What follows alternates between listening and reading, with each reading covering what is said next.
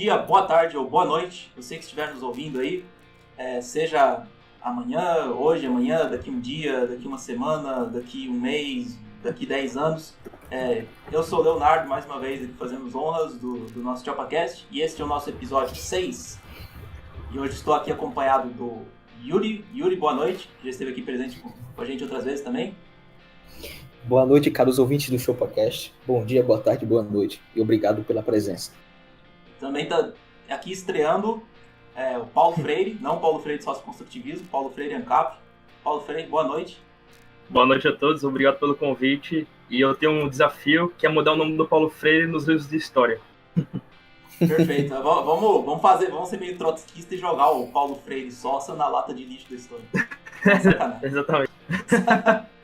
Vamos usar o feitiço contra o feiticeiro. Nosso episódio de hoje com o tema Educação Libertária. E quando eu digo educação libertária, eu quero dizer educação libertária em dois sentidos que vão ser abordados nesse episódio. O primeiro, da liberdade para educar, e o segundo, de como educar para a liberdade. Para esse episódio aqui, eu tenho particularmente o Yuri e o Paulo, porque eles são cofundadores da State Free Education, State Free Education Institute, uma instituição, um projeto para facilitar formas de se...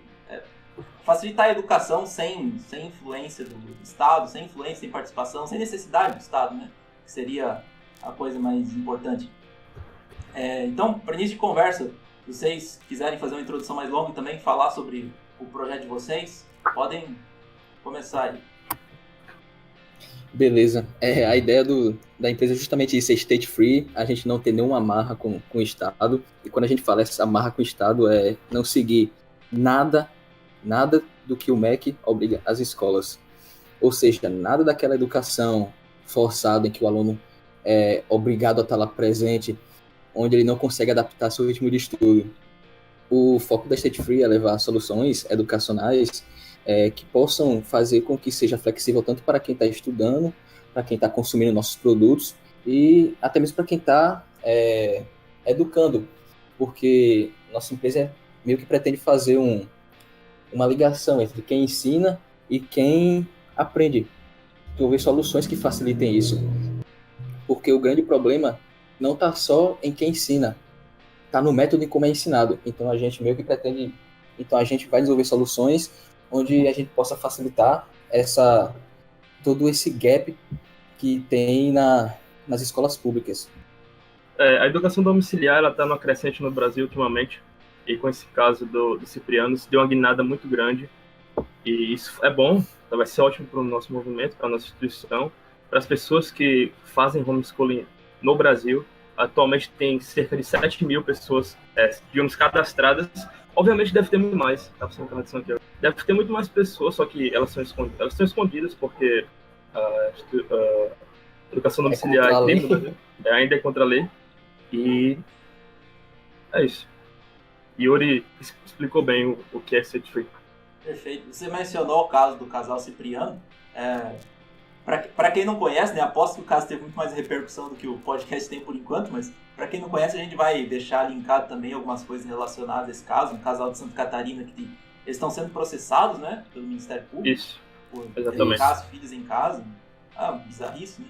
Mas uma das coisas que você pensa vendo isso é que, por mais que surjam soluções para que soluções alternativas de educação, seja educação domiciliar ou algumas outras modalidades, o problema é que você está sob o jugo de um Estado, né, que tem um controle muito grande sobre educação, escola pública, e existe até um controle cultural também. O controle cultural e muitas vezes até muitas pessoas que estão insatisfeitas com a escola pública estão fechadas ainda na mesma ideia de que o Estado tem que prover, e você vê tanta energia sendo gasta com discussões como, por exemplo, escola sem partido, e não que as motivações não tenham fundo de verdade, mas é uma solução que não faz tanto sentido assim, né? Tem, mas eles estão atacando o lugar errado, né? Essa não é a forma certa de mudar isso. E da forma errada também, né? Tá sendo uma coisa meio histérica, assim. Estão partindo direto pro projeto de lei, não se levantou dado nenhum a respeito disso. E toda essa energia está sendo gasta e às vezes até alimentando o pessoal que está no controle da educação, né? Alimentando a narrativa do pessoal que quer controlar escola pública a troco de nada, né? Sem conseguir nenhum resultado. Não adianta você querer passar projeto de lei se a cultura da população ainda é a mesma, entendeu? Isso não vai mudar em nada. Vai ser a mesma coisa. Tem que primeiro partir das pessoas.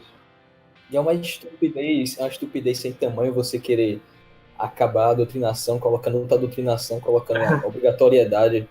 Isso vai gerar mais motivos para os professores se revoltarem ainda mais e fazer mais doutrinação contra.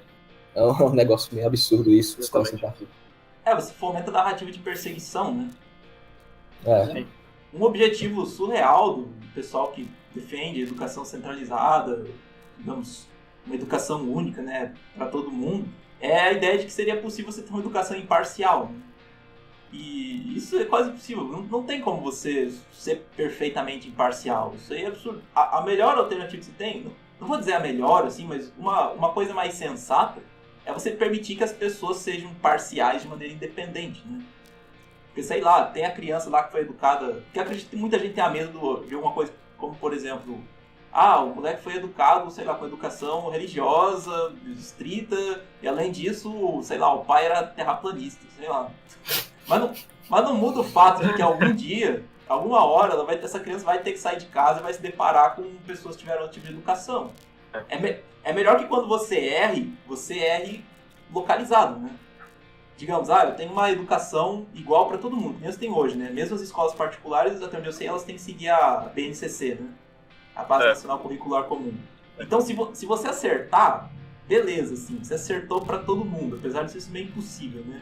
Já que são realidades diferentes. Mas se você errar, você cagou tudo, entendeu? Você acabou com a educação do país inteiro. Então, às vezes você tem você permitir uma pulverização, né? Permitir uma certa diversidade, é melhor porque você acaba tendo mais chance de comparar resultados, né? Por mais que, nesse caso, dá para você ser um pouco empírico, né? Assim, pessoas são diferentes, pessoas têm vidas diferentes, têm dia a dias diferentes, e você aplicar a mesma grade curricular para todo mundo cursar, sendo que as pessoas têm ritmos diferentes. Isso vai fazer com que quem tem o melhor desempenho em ser um fazedor de prova ou ser algo do tipo, seja melhor do que as pessoas que não conseguem acompanhar esse ritmo. E é um número muito grande de pessoas. Elas não têm digamos, a capacidade de acompanhar por algum problema, e elas são obrigadas a fazer isso. Quando você abre esse leque e faz com que as pessoas consigam ter opções, isso muda completamente a vida delas e até a forma que elas conseguem viver. Assim. Dá outro rumo. Outra coisa que é um absurdo é você colocar 40 pessoas numa sala, dividindo só pela idade.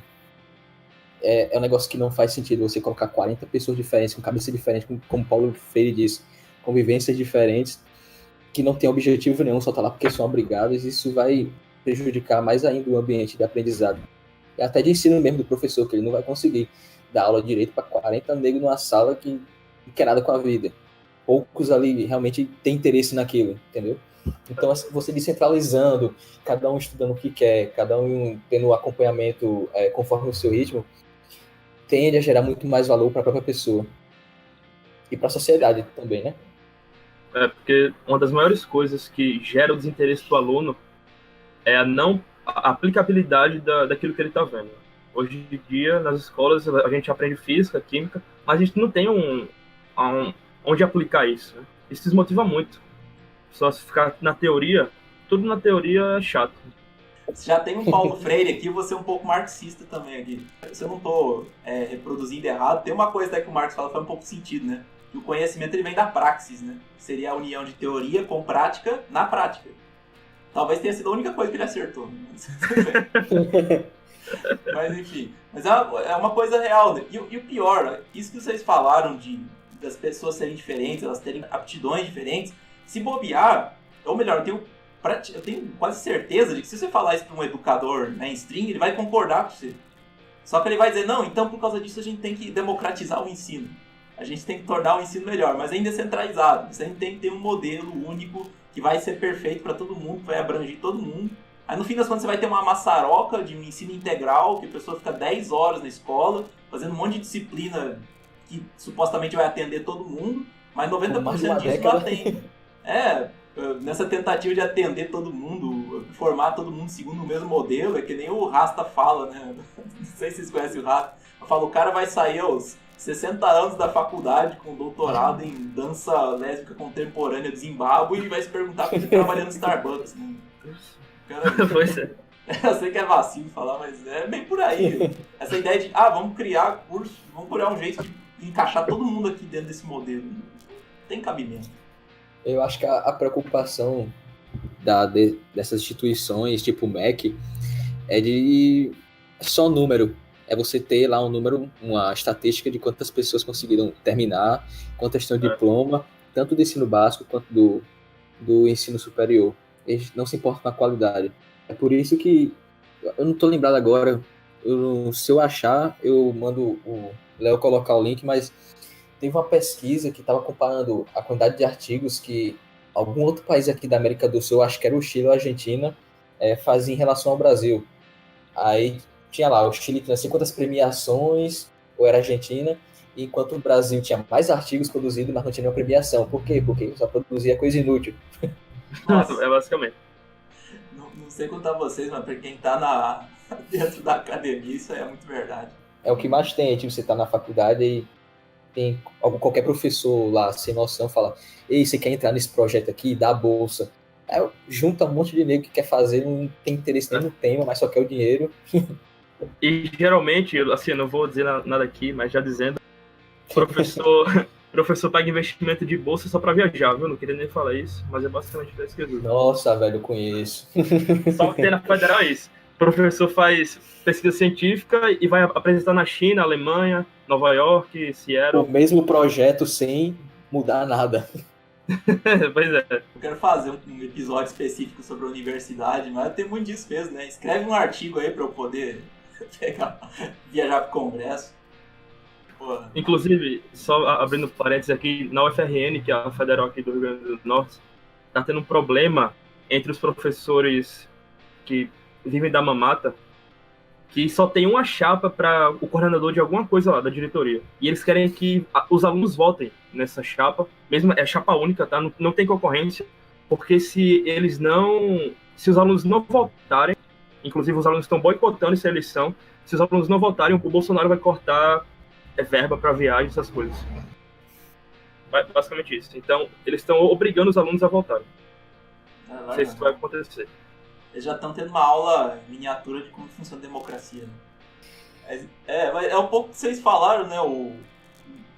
A academia, ou sei lá, a parte. O sistema de ensino como um todo, ele tá. Os profissionais de ensino, os especialistas, a impressão que eu tenho é que eles estão realmente alienados, né? Você não tem como você realmente acusar todo mundo ali de. Apesar de dar vontade, né?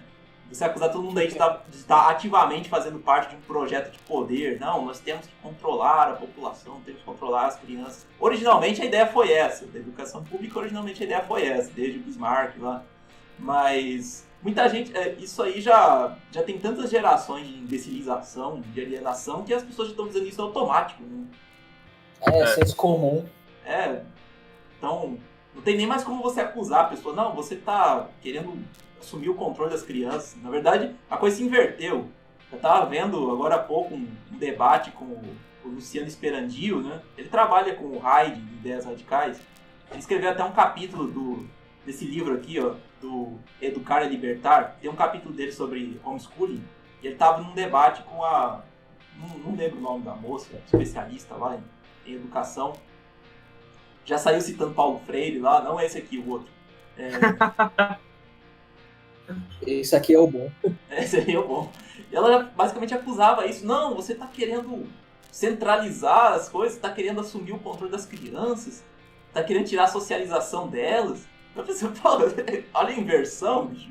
É completamente contrário, né? Essa questão de socialização é outro argumento absurdo, porque as pessoas acham que homeschooling é você colocar seu filho no YouTube 24 horas trancado em casa, numa cadeira uma camisa de força amarrado numa cadeira. Encostado na mesa, né? Encostado na mesa, sendo que não é assim que funciona.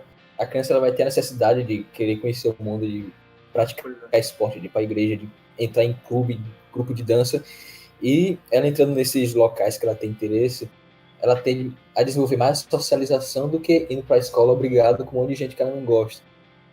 que pode gerar bullying, pode gerar afastamento da pessoa, confusões. Então, é melhor você se socializar em grupos que você tem interesse do que em grupos que você está sendo obrigado a ir. Exatamente. Uma coisa que as pessoas não se tocam, talvez até esquecem a memória da infância, né? É que falam assim, mas sem isso a criança não vai socializar, não vai aprender a socializar com outras pessoas.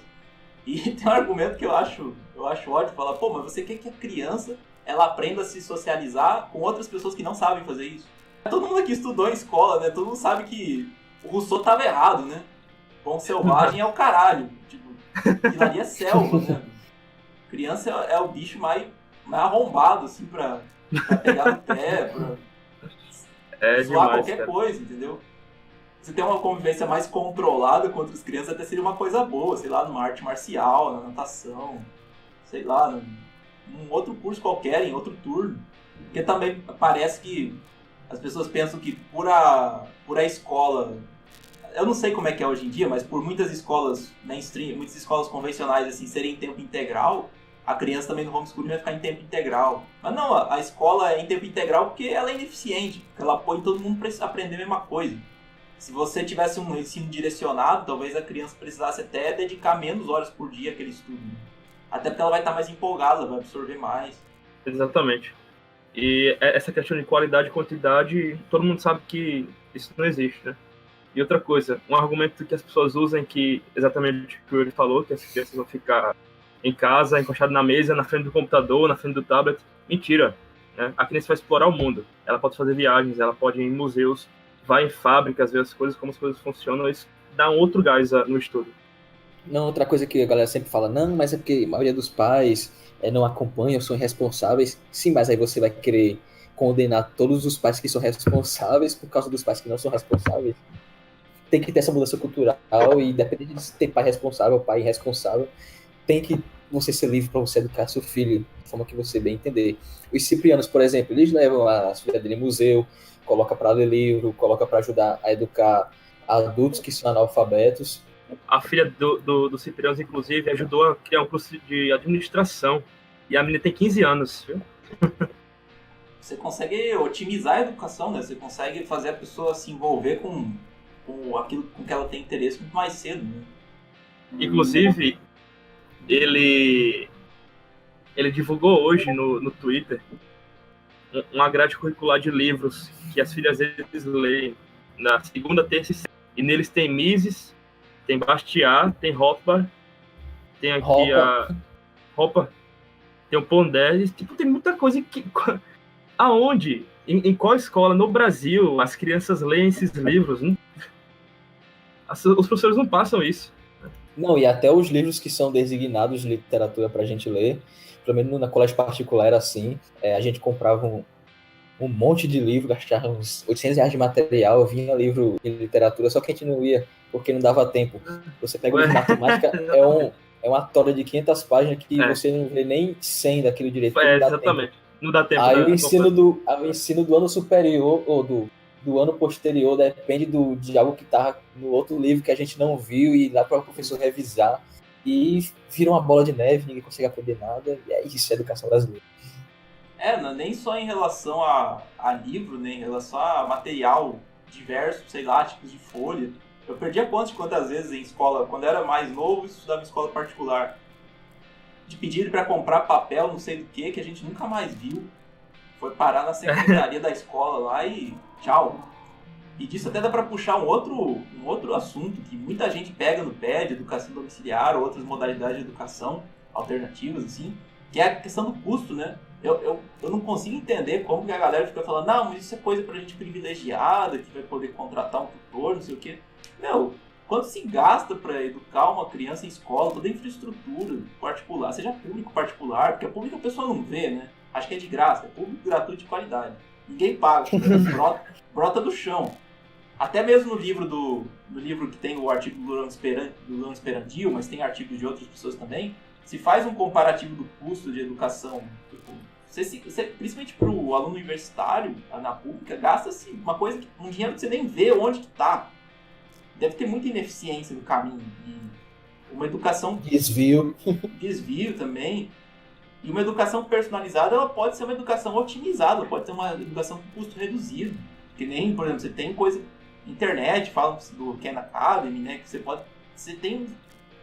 onde basicamente o custo é o custo do acesso à internet. Tem a iniciativa de vocês, que é a State Free, e as pessoas ainda estão presas nisso de que é coisa do, sei lá, do século XIX, do José Bonifácio, tutor do Dom Pedro II, assim, é coisa pra realeza, sabe?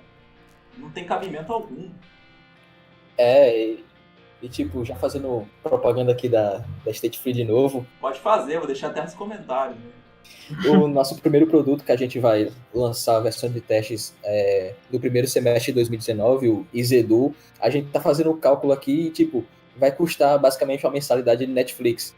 É muito mais barato do que você colocar um menino na escola, comprar, pagar não sei quanto de material, pagar mensalidade. Você vai pagar o quê? Menos de R$50 numa mensalidade do EasyEdu. E o resto você, sei lá, matricula o menino no futebol, no balé, leva ele para ir para o museu, para o centro histórico da cidade. É um investimento muito mais em conta do que você ficar pagando toda aquela mensalidade cara na escola e não vendo resultado. Perfeito. Olha isso, entendeu? Quanto que você pode facilitar a vida de pessoas que, às vezes até pela distância, sei lá, mora no Rio de Janeiro, lá na favela, tem que pegar 2 horas de ônibus até a escola. Eu não sei muito bem como é a realidade, mas, digamos, tem o problema, o custo do transporte, mesmo que a escola seja pública, mas chega lá, a escola tá toda ferrada. Às vezes tendo isso, sabe? Tem o problema da internet, mas não sei. Hoje em dia com 3G, 4G, você consegue até chegar mais longe com isso. Não, porque nem vocês falaram, hoje em dia com tecnologia você consegue baixar muitos custos, né? Os meios de produção, né, estão barateando. Existem meios de você levar isso para pessoas assim de baixa condição social e as pessoas ainda não se ligaram disso. Ainda acham que é uma coisa elitista. O elitismo realmente é o contrário. Exatamente. Eu estudei numa escola grande aqui no Rio Grande do Norte e a mensalidade mais barata para ensino básico era R$800. Agora imagina você isso colocar num ano, fora a alimentação da criança, o material escolar, daria R$20.000 facilmente no ano. E até nessa pegada, uma coisa que eu vou deixar linkado também, tem uma palestra, é uma entrevista do Cato Institute, mas é sobre um livro, né, que foi lançado pelo rapaz que está sendo entrevistado, né, que é o The Beautiful Tree, que é basicamente um pesquisador que ele saiu rodando por, sei lá, Indonésia, Índia, China, não sei, acho que China não, né, mas para lugares na África, onde as pessoas, pela baixa qualidade das escolas públicas, elas estavam criando escolas privadas, né, de baixo custo, de $1 por dia, onde a criança era alfabetizada, você aprendia o básico, sabe, para conseguir viver decentemente, né, na sociedade. E eram coisas de baixo custo, que as pessoas realmente conseguiam organizar. Existia uma rede de pequenas escolinhas assim, que faziam esse trabalho para gente carente, sabe, pessoas carentes. Eu ouvi esse caso e serve até mesmo para refutar, rebater quem gosta de falar. Se não fosse o Estado, como é que as pessoas seriam educadas? Como se elas não entendessem que o ser humano ele é empreendedor por natureza. Se ele vê um problema, ele é capaz de ir lá e tentar resolver aquele problema. Se houver demanda para aquilo, aí é que ele vai ter mais motivação de fazer. É o que chama de caridade privada, né? Muitas vezes quem faz essas escolas são filantrópicos. Então as pessoas que se sentem bem por ver outras pessoas progredirem, pessoas milionárias, bilionárias. Não é nem uma questão de caridade, é empreendedorismo mesmo. O cara que fez essa escolinha provavelmente ele tá lucrando alguma coisa. Na região onde ele trabalha, receber $1 por criança, sei lá, numa turminha de 50, não sei, dá certo. Dos custos que ele tem. E completando o que o Yuri falou sobre o EasyEdu, as pessoas dizem que as crianças vão ser jogadas, né? Porque assim, a nossa proposta também vem com acompanhamento de tutores e relatórios mensais para os pais acompanharem os filhos. Né? O progresso do aprendizado. Isso ajuda bastante você ter uma ideia do que, como seu filho está indo na plataforma, o aprendizado que ele está tendo, e se está valendo a pena mesmo a mensalidade que o pai está pagando.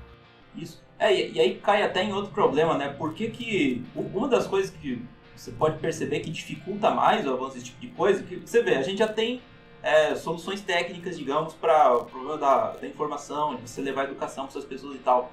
Então, e o custo é baixo. Então, uma das últimas barreiras que sobra, talvez a única barreira, essa barreira artificial da, digamos assim, da oficialização do ensino, né? Da certificação.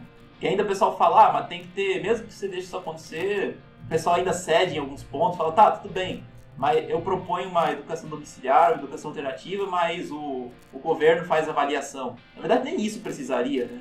Mas já é um tipo de barreira artificial, né? Falar, não, então você vai ter que, se o governo fizer uma prova lá, não sei o que hoje em dia usam, se é o Enem ou se é o PISA, para avaliar nesses casos, você ainda vai estar preso àquele currículo de certo modo, né? Você vai ter que tirar um tempo para pessoas aprender todas as matérias que são cobradas. Não é ideal, mas se aceitasse isso já seria um pouco melhor, né? Só que, a meu ver, você poderia ter um mercado de certificações privadas do mesmo jeito que você tem no mercado de TI. Né? Isso se reflete também na universidade, até mesmo na universidade.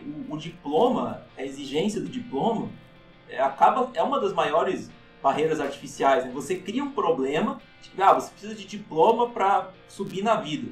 E daí você, por causa desse problema artificial, você vem com toda uma outra discussão de soluções que não deveria nem existir. Quando você fala, por exemplo, da questão de cotas. Eu nem entro na discussão de se cota é bom ou ruim. Eu acho que a universidade não precisaria existir. A necessidade de diploma não precisaria existir. Daí você não teria tanta necessidade de botar gente na universidade. Mas a pessoa cria um problema artificial, às vezes até sem intenção, como a gente falou, é uma alienação mesmo, de que o governo tem que prover esse tipo de coisa. E depois, por criar esse problema artificial, depois começa a gastar uma energia gigantesca para soluções para esse problema que não deveria nem estar ali, sabe? Essa questão de diploma, ela vai muito da área. Na área de tecnologia, pelo menos, diploma ele não é válido, só é válido para se você quiser ser pesquisador, quiser trabalhar na universidade, ser professor, e empresas conservadoras, empresas mesmo, não startups. Então, empresas que são inovadoras, querem criar algo, por exemplo, o Nubank. Nubank você não precisa de diploma para trabalhar lá, é um banco. Quer dizer, está caminhando para ser um banco. E não precisa de diploma. Essa questão de diploma vai muito da caneta estatal, do carimbo, na verdade, para regulamentar profissões. Hoje em dia não é mais uma realidade essa questão de diploma. Por exemplo, eu estudava com Yuri, Tecnologia de Informação, no IF. Eu saí do curso porque estava me atrapalhando. E acredito que está atrapalhando também, Yuri. Tô só pulando com a barriga. Então, basicamente isso. E assim, não fez diferença alguma. Tá aí. A gente aprende mais trabalhando do que a prática. Sentado a manhã toda, olhando o professor no quadro, lendo slide de código. Para você ter uma ideia de como o ensino da Universidade Federal é antigo, eles ensinam Assembly, assim. Tipo, pra que eu vou usar Assembly hoje em dia? Não tem pra quê. Então, eu saí da universidade, eu falei, hoje não dá mais pra mim, quando um professor passou uma lista de exercícios com 120 questões de Assembly. Eu falei, tá bom, chega. Meu Deus do céu. É bom saber que tem empresas já desprezando isso, porque no fim das contas a mudança vai acontecer assim, né? A partir do momento que você tem cadeias produtivas inteiras que estão cagando para a regulamentação do Estado, para essas coisas oficiais, você basicamente pode ignorar o governo, né? Porque o grande problema é esse, muita gente está indo atrás de diploma porque a empresa precisa. Se as empresas pararem de exigir isso, encontrarem outras métricas de avaliação, acabou. Não precisa de reconhecimento do governo de se você tem escolaridade ou não. Se o cara te avaliou e aprovou, tchau. E é o caminho, né? Tá certo que sempre tem casos, que você falou, tem certos cursos, você vê, aquela trindade, né? Medicina, engenharia e direito, né? Direito tá preso ao OAB, a medicina tá presa ao que? O Revalida, né? Não sei exatamente como é que é. E a engenharia tá presa ao CREA. Eu acho que é CRM, na verdade. O de medicina? Conselho Regional, é uma coisa assim. Acho que por exemplo, eu sou engenheiro de formação, mas até hoje eu não botei um pé, não fui atrás do CREA nem nada, não faço nem questão de fazer isso, porque eu não quero trabalhar de maneira formal mesmo. Entendi. Inclusive, aqui, quando a gente for contratado pela State Free, ninguém vai precisar de diploma, tá? Você só precisa ser foda. Seja foda e você vai trabalhar conosco. Perfeito. Melhor coisa. Mas vocês têm algum tipo de processo? Pedem, sei lá, o GitHub do cara, alguma coisa assim? Exatamente. Tá precisando de programador agora. Quem tá precisando de programador. E, cara, manda o GitHub pra gente aí no Twitter mesmo, marca a gente. A gente vai analisar seu perfil, provavelmente fazer uma reunião online, um hangout. E se der certo, aí você entra aí na empresa. Não tem muita formalidade, não. Mas, tipo, precisa ser alguém compromissado, sério, que tenha os mesmos valores da gente, pra não ficar tipo um Hélio Beltrão da vida, né? Olha. Então, depois a gente chama o Roberto que vai falar disso aí. Não, mas em questão do diploma, é que eu tô lendo agora um livro chamado Sociedade Sem Escolas, que ele fala que um diploma basicamente só serve para dizer que você resistiu a todo aquele ensino durante mais de uma década. Não disse se você aprendeu, só disse que você estava lá resistindo. Pois é. É um diploma de resistência, né? Os ciprianos estão lendo 2 livros agora, que eu não vou me lembrar o nome, mas que eu vou pedir pro Léo colocar aqui nos links também. Sim, falando dos ciprianos, eles estão conosco, eles são nossos analistas educacionais. Nós convidamos ele para participar da State Free, eles ficaram muito felizes com o convite, tá uma parceria muito legal. A aluna é pedagoga e ela está nos ajudando nessa parte da criação das grades curriculares, essas coisas. Bem legal. Mas uma dúvida, no fim das contas, tipo, como é que vocês vão conseguir operar enquanto, sei lá, tiver a bota estatal em cima? Vocês vão fazendo e vai, ou como é que porque é um negócio que deixa você preocupado, né? Tipo, vai chegar alguma hora que vai chegar um outro promotorzinho de merda aí encher o saco de vocês, entendeu? Porque advogado promotor nem devia existir, né? Mas tá aí. Não, mas tipo, em relação a esse Wiz Educa, nosso primeiro produto, não tem nenhuma motivação para eles quererem nos processar. Até porque a gente não oferece homeschooling, a gente oferece educação à distância. Se ele for querer brigar por causa da educação à distância, então vai ter que fechar o Descomplica, o YouTube, o Udacity, o Khan Academy, um monte de plataforma online. Então, como a gente não está tratando de homeschooling enquanto não for legal, então a gente está também só com a educação à distância, então não tem nenhum motivo para virem atrás de nós. E se a gente desenvolver um produto que a gente já pensa em desenvolver um produto para a parte do homeschooling e não for legalizado no Brasil, simplesmente vai para fora do Brasil e monta lá, opera de fora, oferece o produto só para outros países. Perfeito. O pessoal vai sentir na bunda daí. O erro, né? Inclusive, essa questão, veio uma pedagoga me ameaçar de processo. Ela falou que ia me denunciar para o Ministério Público, né? Caso a plataforma fosse pro ar. E ela soubesse, e se ela soubesse que alguma criança estava usando isso. Aí ela deu vários argumentos imbecis, que se eu for reproduzir aqui vai demorar demais, mas eu posso colocar prints na descrição do vídeo, se vocês quiserem ver. A gente cagueta isso aí com gosto. Não, o pessoal realmente tem algum tumor na cabeça. Deixa eu só falar uma coisa que ela falou pra mim aqui, que foi ela tava falando bem da escola pública, dizendo que era um ótimo local de ensino. Ela falou assim: não faça isso com seus filhos. Se você quiser fazer algo, coloque na escola pública, porque lá é o melhor local de aprendizagem. Sabe por quê? Porque ele vai ter obstáculos para adquirir conhecimento. E isso vai fazer com que ele fique motivado para aprender. Tipo, que? Caralho. É sério isso. Crime ocorre e nada acontece. Você vai ter obstáculos para adquirir conhecimento, né? Cria caráter, né? Não, é legal que ela fala no final da conversa, ela fala, eu sou autoritária mesmo, alguma coisa assim. Só a favor ela disse que é a favor da escola militar, coisa assim. Ah, não.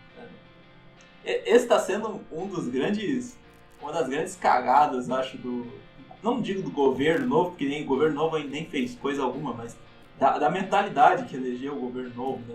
fala assim, não, o problema das escolas é falta de disciplina, né? A gente tem que copiar o modelo militar. Eu, por exemplo, eu estudei em colégio militar. Eu estudei em colégio militar de Brasília durante 6 anos. E assim, comparado com outras federais, com outras escolas públicas federais, é legal, é bem organizadinho e tal. Mas assim, não é pra todo mundo aquilo. Eu já tinha meio aquela cabeça porque minha família é de militar, então meio que tudo bem, mas pra quem não tá acostumado com aquilo é uma merda, e chegou um ponto que pra mim tava uma merda também. E não tava, você ter que ficar fazendo ordem unida não me estimulava em nada na sala de aula. Sei lá, essa solução de arrochar ainda mais o tiro vai sair pela culatra e talvez quem acabe ganhando com isso sejam os socioconstrutivistas que já estragaram a escola há muito tempo. E toda essa energia não deveria estar sendo usada para ajudar as iniciativas de educação desregulamentada e vai ser perdido. Uma outra coisa que também pensei em puxar também, outra vertente de soluções mágicas para a educação, né, que existe muito, principalmente no meio universitário, vocês devem estar ligados também, é a questão de investimentos, né? Cristóvão Buarque pedindo 10% do PIB para educação, esse tipo de coisa. Aquele tipo de solução bem estilo estatal não está funcionando, então vamos investir mais, sabe?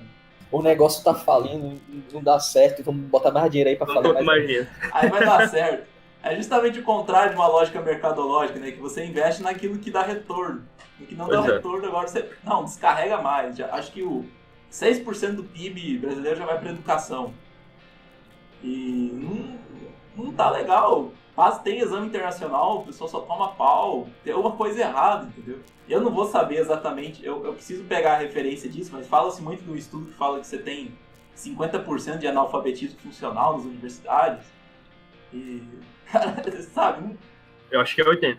Eu não duvido, pelo menos, porque nas minhas turmas também de engenharia, eu lembro de gente que não conseguia, sei lá, articular uma ideia, não conseguia escrever um texto, sabe? É um negócio bizarro. É muito comum. E a galera assim que era, sei lá, aluno nota 10, porque eu tava é uma faculdade boa, assim, então a galera que entrou devia ser a nata da sua turma na escola, sabe? Então pensa o resto. A solução para isso é descarregar mais dinheiro. A gente nem vê mesmo onde o dinheiro tá sendo investido. Não tem cabimento.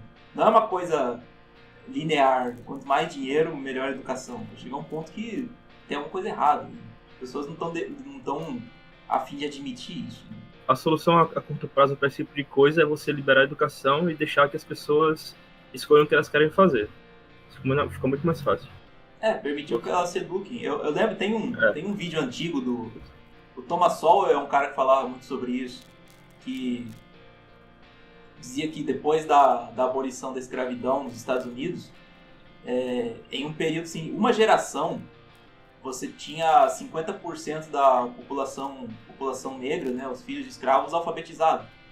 Porque por mais que eles não tivessem tanto conhecimento assim, os pais, as pessoas os libertas, né, eles tinham noção do quanto que a educação contribuiria, né? Então eles buscavam uma forma de que pelo menos as crianças, os filhos deles, fossem no mínimo alfabetizados, tivessem o básico, assim.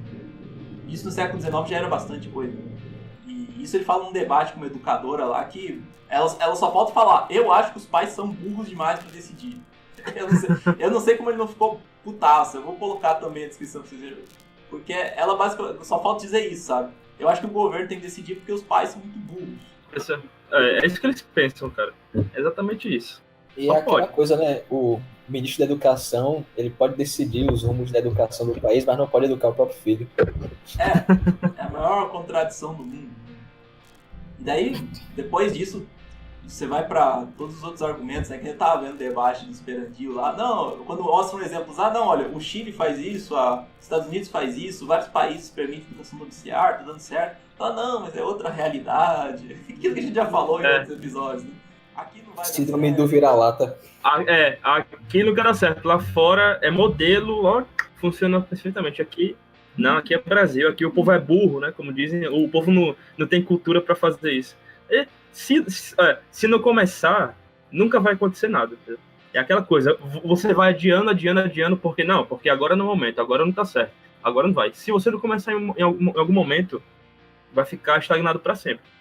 Então, você dá a liberdade para começar, você começa aos poucos, vai progredindo, vai caminhando, e uma hora o negócio vai funcionar. Isso assim em todo negócio. A infantilização da população para resolver esses problemas vem justamente de que essa responsabilidade não é colocada na mão deles, né? Você fala, é claro que a pessoa nunca vai saber o que fazer, você não deixa ela tentar, porra. Pois é. Se desse a liberdade para isso acontecer, eu tenho absoluta certeza que muita coisa ia mudar aqui. Verdade. E como eu falei no começo, já passando para outro assunto, educação libertária, né, que foi o tema que eu propus, não tem só a ver com liberdade para educar, como a gente já discutiu até agora, mas também com educar para libertar, né? Educar para a liberdade. Que tem justamente a ver com isso, né? Como que você prepara as pessoas para serem capazes de serem mais independentes, né? Tirar essa dependência psicológica, psicossocial do estado da cabeça delas. E uma coisa que a gente até comentou, né? Você vê, sei lá, você vê matemática, português, são coisas importantes e tal, mas você fica revendo várias vezes ao mesmo tempo. Eu sei que no meu curso de engenharia eu devo ter visto umas 4 vezes mecânica da partícula. E, na real, um dos cursos, uma das disciplinas que mais me fez cair a ficha sobre o mundo foi a disciplina de economia, que era uma coisa de botar, tem que ter isso aqui, pá. Aí eu dei conta, pô, inflação é uma merda, entendeu? Aí você toma a pílula vermelha, você começa a dar conta de algumas coisas. E é o que a gente estava comentando, no ensino básico, no ensino fundamental, você não tem noção de certas coisas que você realmente vai usar, todo mundo vai usar para a vida. Você não aprende como pagar uma conta, você não aprende como funciona a previdência, você não aprende como funciona, sei lá, a Receita Federal, fazer imposto de renda, para ficar com raiva do imposto de renda e querer destruir. Exatamente isso. As pessoas não aprendem porque se elas souberem, vai tudo por água abaixo, entendeu? E a educação, do fundamental até o superior, posso dizer que sim, é a educação que ela sempre dá o peixe, né? Mas nunca dá a vara. Você vai ganhando as coisas para você, mas você não sabe como é que eu faço para pegar aquela coisa, o peixe, no caso. E é sempre assim, cara. É uma coisa que eu percebo até para mim mesmo. Eu mesmo atualmente, eu tenho uma certa trava mental para ser independente em certas coisas, porque não tenho noção de como é que funciona. Eu vou precisar aprender por conta própria. Eu senti isso me impactando bastante. É um processo que eu estou pessoalmente tentando reverter nos últimos anos, mas tem muitas noções que faltam para as pessoas sobre como as coisas funcionam e acabam sendo muito mais úteis do que um ensino formal. Pior, é aquela mesma coisa, se você falar desses problemas para um educador, estatista, ele vai até concordar com você, realmente, as pessoas elas são treinadas só para atender, sei lá, determinadas tarefas e tudo mais, não entender como é que funciona o sistema. Mas a solução para ela é piorar ainda mais, é simplesmente tornar a pessoa ainda mais dependente daquilo. Lá não, vamos aprender que, sei lá, vamos mudar a aula para ela ser, nossa história para ser história crítica. Aí você simplesmente, em vez de você, além de você não aprender alguma coisa que vai te servir pro dia a dia, você ainda vai ficar com raiva dos outros países porque você acha que você foi explorado. Sei lá. Não que não tenha um componente disso, mas não adianta, entendeu? Você cresce achando que todo branco tem um MacBook. Ah, nossa. Não queria nem entrar nesse ponto, mas de certo modo é verdade, né? O Easy Nobre fez até um vídeo sobre esse caso aí do MacBook. Eu acho que foi sobre o caso do MacBook, não sei. Eu vi. Que eles citam várias pesquisas americanas de vários lugares, universidades, que tipo, você estudar só sobre escravidão, só sobre exploração contra os negros, tá afastando, tá despertando desinteresse dos negros em estudar história. Então ele meio que faz essa forçação de barra, causa mais desinteresse em quem era para ser o público-alvo do que interesse.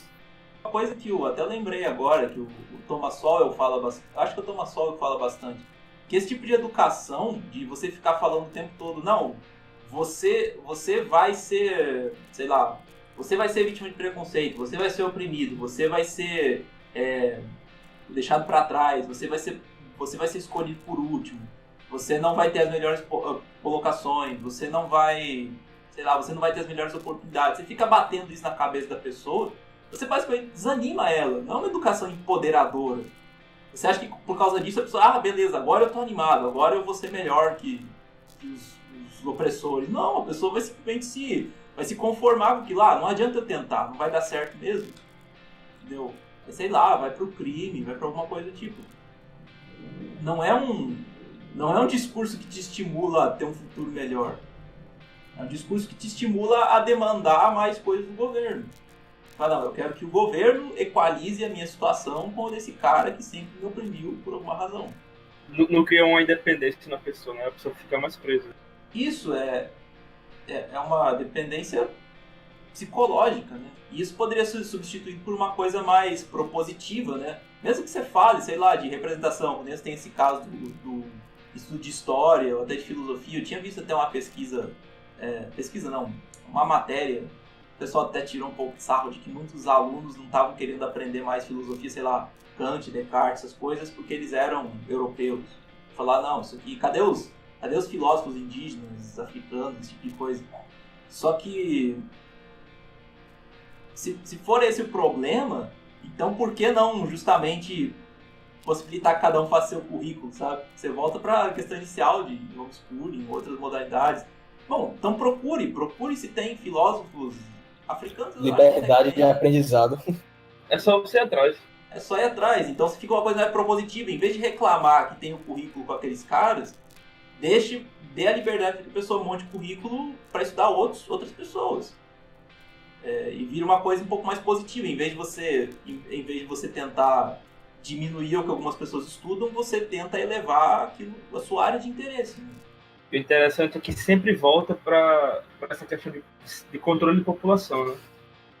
A educação estatal sempre volta a questão de você conseguir que a população permaneça cega e que ela não vá atrás das coisas realmente que vão mudar a vida dela. Tentar moldar as pessoas, os seres humanos, como uma coisa só, como se fosse um produto estatal. Como se todos fossem uma ovelhinha. Que inclusive foi o que a pedagoga que minha professora falou, que os meus filhos, eles não são meus, eles são do Estado. Tá louco. Isso aí é psicopatia, fazer o quê? né? Pelo menos ela foi sincera, né? se dá pra tirar alguma coisa boa disso, é que pelo menos ela mostrou a verdadeira cara. Porque no fundo, boa parte da educação pública é isso. Só que muita gente floreia, não, vamos democratizar o ensino, porque você querer ensinar seu filho em casa, sei lá, é um elitismo, você quer... De certo modo até admitem, falam, não, você não tem direito de dar uma educação melhor pra ele. Ele vai ter que se fuder com todo mundo aqui, pra ser uma coisa igualitária. Entendeu? De certo modo, eles mesmos admitem que não conseguem dar uma educação do mesmo nível que os pais conseguiriam.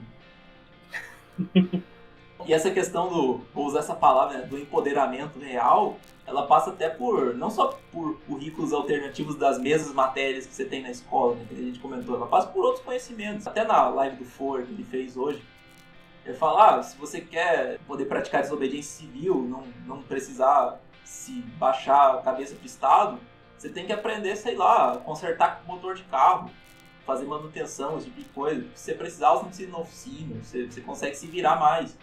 E esses tipos de conhecimento, digamos assim, de sobrevivência, eles são também importantes se você quiser levar um outro estilo de vida. Né? Talvez a gente se prenda no sistema, sei lá, grandes centros urbanos. O grande centro urbano, para onde muita gente acaba convergindo, ele é meio que uma bolha, né? Você sabe viver dentro daquele ecossistema. Mas se você sai daquilo, você está perdido. E em boa parte porque você não recebe conhecimentos para se virar quando, sei lá, não tem o metrô, não tem o Uber. Até se a pessoa, sei lá, quiser viver no mato, por que muita gente não larga o foda-se e fala, não quero mais saber disso, vou viver no mato? Porque não existe, não se considera essa possibilidade, não se considera essa liberdade. Por exemplo, você tem a liberdade de viver do jeito que você quiser, então você pode se educar de modo a viver seu estilo de vida. Por que a gente não pode ter aula, sei lá, sobre agricultura na escola, como plantar a sua comida, esse tipo de coisa? Seria útil, você teria o direito de viver esse estilo de vida, mas toda a educação assim, centralizada, ela já te prepara para viver dentro de um certo ecossistema urbano, vamos dizer assim. É difícil você conseguir se adaptar em várias situações, em vários momentos, só com aquilo que você vê por um tempo na escola.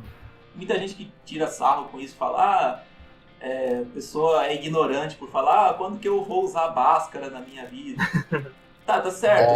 É um negócio que virou meio chavão já, e às vezes, até eu às vezes acho meio idiota, mas tem um fundo de verdade. Muita gente não vai usar Bhaskara. Tem gente que vai usar, precisa fazer cálculo, precisa projetar alguma coisa. Apesar de que tem outros métodos também, digamos, pode usar Bhaskara, não tem problema. Mas muita gente realmente não vai usar. Pra que fazer ela estudar isso, entendeu? Ela pode aprender outros conhecimentos que tem mais a ver com o tipo de vida que ela quer levar. Olha, se a pessoa quer ser artista plástica, pra que ela vai aprender física, sabe? Pô, não faz sentido, cara.